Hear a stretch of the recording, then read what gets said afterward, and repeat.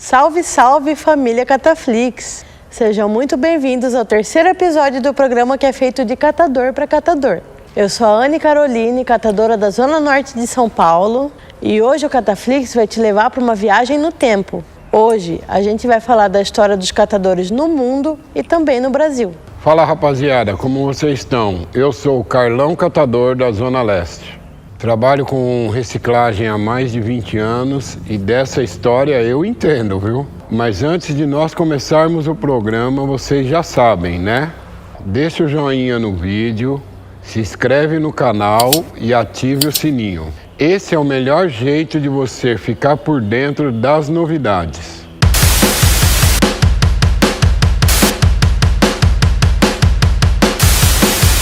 Uma das primeiras menções ao conceito de reciclagem na história aparece na Bíblia. No Antigo Testamento, Isaías escreveu que as guerras deveriam acabar. Abre aspas para Isaías. Das suas espadas forjarão relhas de arados, e das suas lanças, foices. É claro, o Isaías estava fazendo uma metáfora, né? Ele sugere que as armas sejam transformadas em instrumentos de trabalho agrícola. Mas o conceito da reciclagem está aí. A ideia é pegar um material que já foi usado e transformar ele num material novo. No Oriente Antigo, também há registro sobre a ideia da reciclagem. Tem uma passagem de Buda em que ele diz: "O que farão com as velhas roupas? Faremos lençóis com elas. O que farão com os velhos lençóis? Faremos fronhas. E o que farão com as velhas fronhas? Faremos tapetes com elas." E a conversa vai seguindo assim até a conclusão de Buda. Devemos usar com cuidado todo artigo que a nós for confiado, pois não é nosso e nos foi confiado apenas temporariamente. Bonito isso, né, Carlão? Muito lindo isso, não é verdade, Anne? Na real, na prática, o ato de reutilizar, ele veio muito antes da reciclagem. Para muita gente, o ato de reutilizar os objetos era a única forma delas sobreviverem. Nós estamos falando de muitos séculos atrás. Então pensa comigo, naquela época tinha muito menos coisas sendo produzidas. Naquela época tinha muito menos material disponível no mundo. Então praticamente tudo que era jogado fora era o resíduo orgânico ou dejeto. Resumindo, não existia desperdício. O que existia era o trabalhador que levava o resíduo para longe das pessoas. O primeiro lixão da história da humanidade foi construído há mais de 2.500 anos. Ele ficava em Atenas, lá na Grécia Antiga. Na verdade, o lixão ficava a 1,5 km de Atenas. Ou seja, a ideia de depositar os resíduos longe das pessoas não é novidade. É bem provável que na Grécia Antiga, os geradores de resíduo também tinham essa impressão, que os resíduos desapareciam depois que eles eram descartados. Mas não some não, viu, gente? Nunca sumiu. Seu resíduo continua existindo por muito e muito tempo. Foi só no século XVI que a ideia da limpeza urbana passou a ser levada a sério. Nessa época surgiram as primeiras pessoas que dependiam do descarte dos outros. Essas pessoas eram chamadas de scavenger, palavra inglesa que quer dizer homem, animal ou pássaro que procuram no lixo coisas que podem usar ou comer. Os malucos comparavam nós, mano, com urubu, bicho carniceiro, cara. Isso tá errado. Comparavam não. Comparam. Essa palavra ainda ela é usada em vários países de língua inglesa. Vê se pode uma coisa dessa, Anne.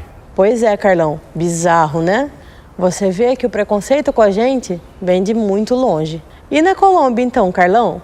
Nos anos 70, os catadores de lá eram chamados de abutres. Esse era o apelido deles. E eu não me conformo com uma coisa dessas. É o fim do mundo. Você pega um agente ambiental e humilha ele logo pelo nome.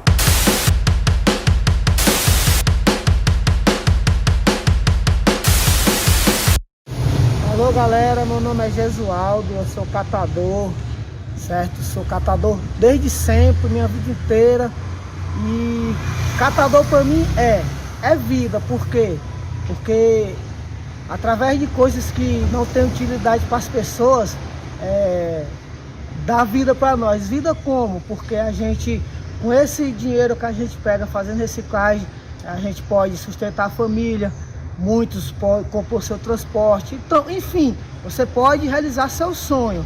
Foi a partir do ano 1800 e pouquinho que a profissão catador surgiu de fato. Na época, o papel era fabricado em tecido, principalmente linho e algodão. Então, muitas pessoas passaram a viver coletando trapos pelas ruas. Esses pedaços de pano eram vendidos às fábricas de papel. Dá para dizer que nessa época a reciclagem começou como um negócio e os catadores começaram a existir como profissão. Pela primeira vez na história, homens e mulheres ocupavam toda a sua jornada de trabalho na busca pelo material reciclável. Mais ou menos nessa época, os catadores dos Estados Unidos tinham que pagar uma taxa para conseguir entrar nos lixões das grandes cidades. Pensa comigo, Carlão. Me diz se eu estou viajando. Os catadores realizavam um serviço que beneficiava todo mundo e ainda assim tinham que pagar. Não está viajando não, minha amiga. É que naquela época as pessoas tinham menos conhecimento sobre a importância de poupar recursos naturais. E hoje as pessoas têm esse conhecimento. Mas os catadores continuam recebendo tão pouco, porque é como se nós estivéssemos pagando para trabalhar. Ou seja, fica muito óbvio que não é sobre ter ou não ter conhecimento. É sobre obrigar o pobre a continuar sendo pobre.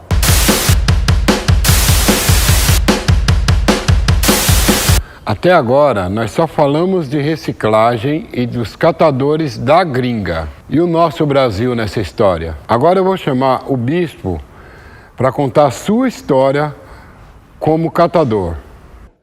Tenho 63 anos e eu acho que desde quando já estava no ventre da minha querida mãe, acho que eu já estava catando alguma coisa.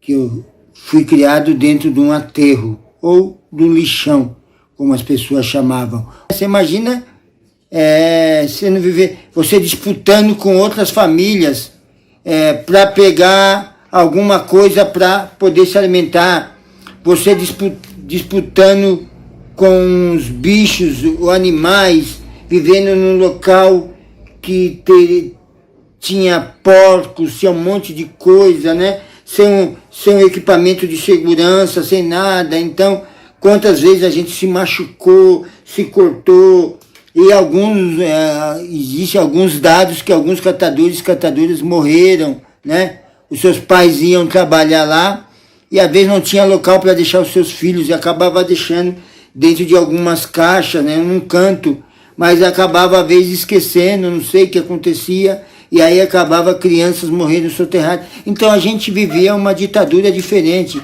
A questão do homem do saco, né? Você não vai para a rua, senão uma pessoa pode...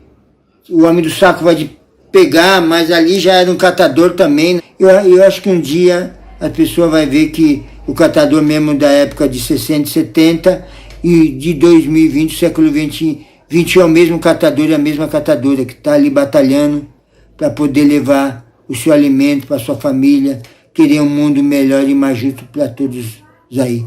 É isso aí. Por muito tempo, a história dos catadores no Brasil dependeu da arte para poder ser contada. Em 1960, a catadora Carolina Maria de Jesus, da Zona Norte de São Paulo, assim como eu, lançou o livro Quarto de Despejo, Diário de uma Favelada. Eu vou ler um trechinho do livro aqui para vocês. Percorri várias ruas e não havia papel. Quando ganhei 30 cruzeiros, pensei, já dá para pagar o sapato da Vera. Mas era sábado e precisava arranjar dinheiro para o domingo. E Vera já estava idealizando o cardápio de domingo. Na Avenida Tiradentes, eu ganhei umas folhas de Flandres e fui vender no depósito do Sr. Salvador Zanucci, na Rua Voluntários da Pátria. Eu estava de mal com ele, mas ele não me fez mal algum. Até emprestou-me dinheiro quando eu fiquei doente. Quando eu fiquei doente, eu andava até querendo suicidar por falta de recursos. O Sr. Salvador perguntou-me por que eu sumi de lá. E eu fiquei envergonhada com a sua acolhida tão gentil. Ele deu-me 31 cruzeiros.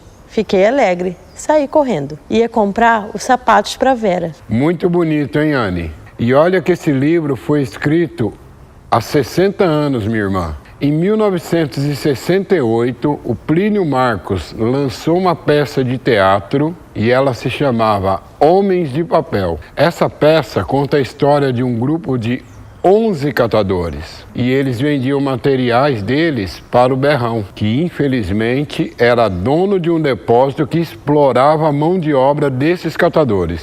Eu vou até ler um trechinho dessa peça. Se liga como o Berrão queria dar o golpe em cima do Giló. E o Giló era um catador que tinha acabado de chegar para pesar 3 sacos de papel. Berrão, a balança tá marcando mais. Tô vendo, pô, não tô cego. Então não é 2,5. Aqui a gente sempre arredonda, você sabe disso.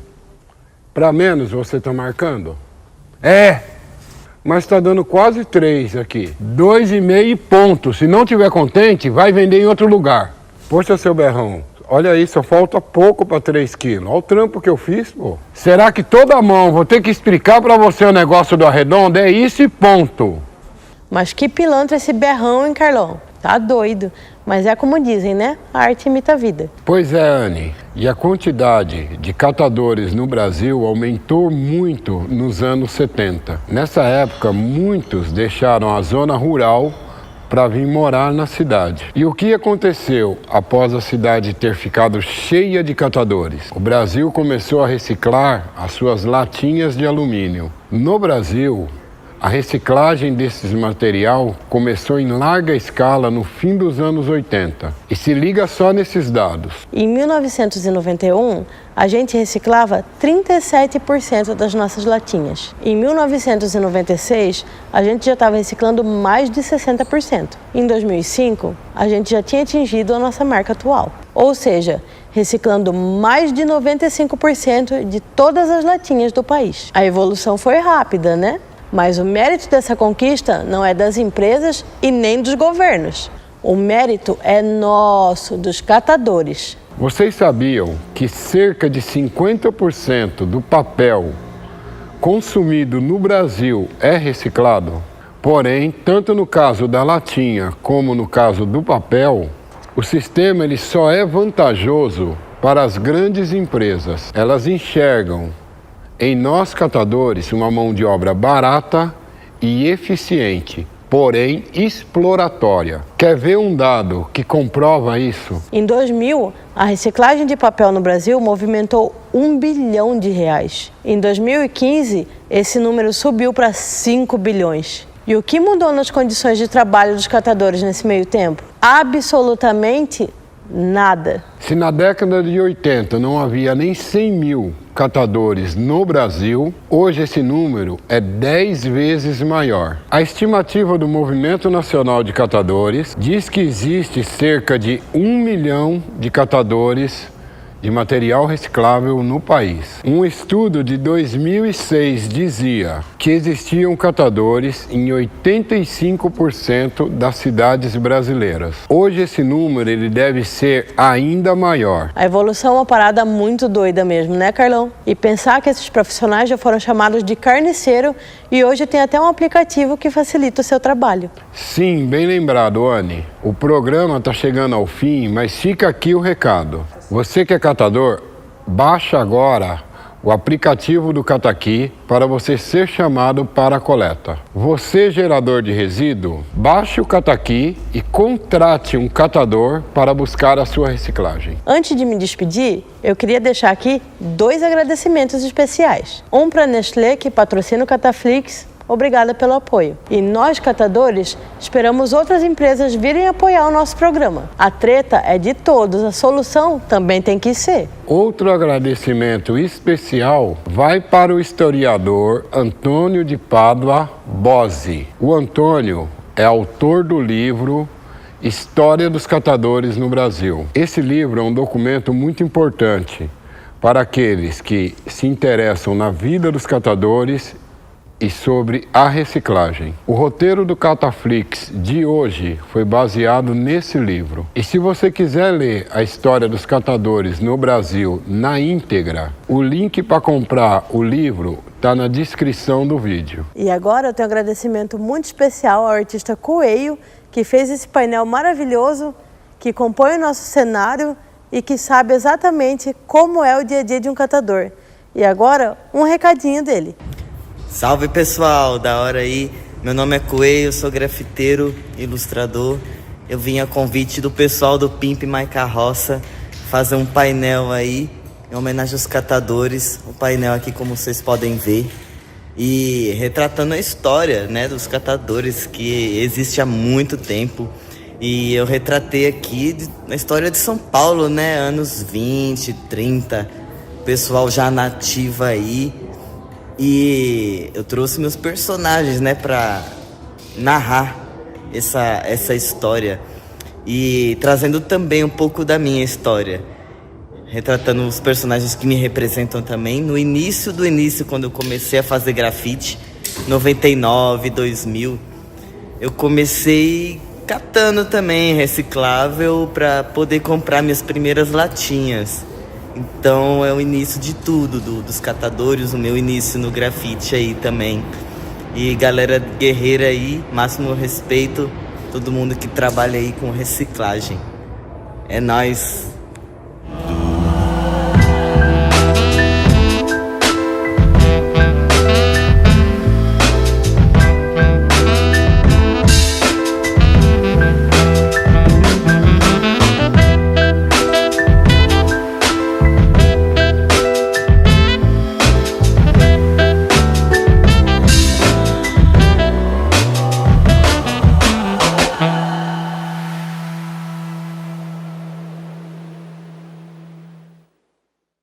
É isso, gente. Muito obrigada pela audiência. Se você chegou até aqui, não custa nada dar aquele joinha, se inscrever no canal e ativar o sininho para receber as notificações e continuar por dentro do nosso conteúdo. É de graça e ajuda muito o Cataflix.